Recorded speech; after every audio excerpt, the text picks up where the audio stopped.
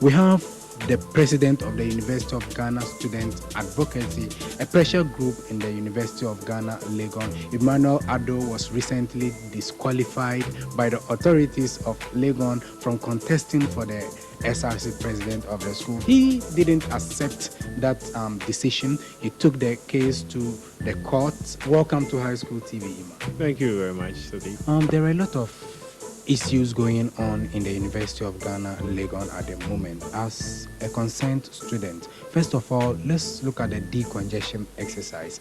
A lot of students continue to grumble and complain about the fact that the decongestion exercise is really going to bring a lot of hardship to them. What is your view on this? Well, the view of the University of Ghana Students Advocacy Group is very simple. We are saying we are not against the decongestion. We believe that in every society there should be a change, especially in this 21st century when we all want to live comfortably when it comes in terms of accommodation in our tertiary institutions. And that, but we also have the belief, we hold the belief that with the decongestion exercise taking effect, students should not be burdened financially. And statistics from last academic year shows that even with the 2.8 that the university was charging for accommodation, together with the school fees, which was somewhere around 2.5, over 500 students deferred their course. So we are looking at it from the angle of the fact that right now the Vice Chancellor is introducing a decongestion exercise, and he's asking us to pay 4 million per student in the traditional halls. And we say it's too much. An average Ghanaian cannot afford 4 million. You pay 4 million and you come back, you pay 3.1 as school fees, which has been increased by 10%. Then you come back in your residential, in your hall, you pay 25 Ghana cedi, which is 250,000. Aside the 250,000 you pay for the hall, for a particular hall, you as well pay 25 Ghana cedi for JCR dues.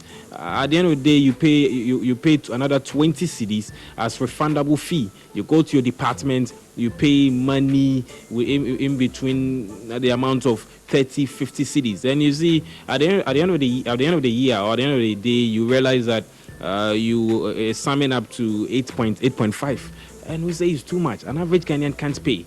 University authorities are reducing the number of students who stays in the room from 5 to 3. So don't you think that definitely there will be an increase as far as cost is concerned? We sent a strong petition to the Vice Chancellor that we can pay 3 million.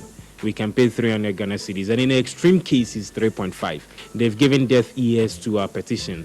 So we will have no other choice as a student body to demonstrate to the council, demonstrate to the Vice Chancellor's office, present our petition. Is it because of this demonstration mentality and all the other radical the behavior associated with your candidature for the SRC president that made the authorities disqualify you? Yeah. In a way, that is what people believe. That is what most people believe.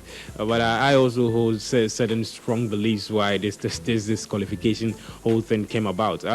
The university says, which is in the university handbook, that if you have 1.5, it means you are a good standing student. And if you have 1.5, it means you are an automatic member of the SRC.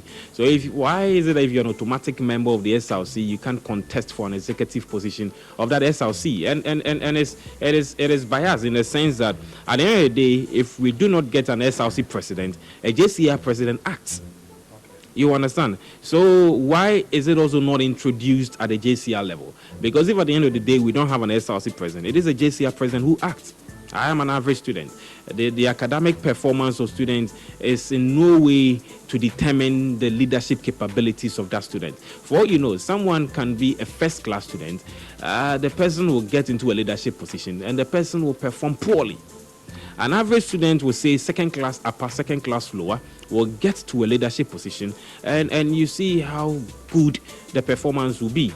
You get me? So we say it is a clear cheat, especially comparing it to other schools. You understand? Okay. And you took the matter to court, yeah. And what is happening at the moment? Now the main injunction was pending in court until just last week Friday. The EC have declared the elections. But we have the secretary, elected secretary, and elected treasurer. We don't have an SRC president yet. So definitely, there is a likelihood that, not that there is a likelihood, we will not have an SRC president for the academic year. And this was not the intention. This thing was done for the future. We did this because we want to have SRC presidents in future.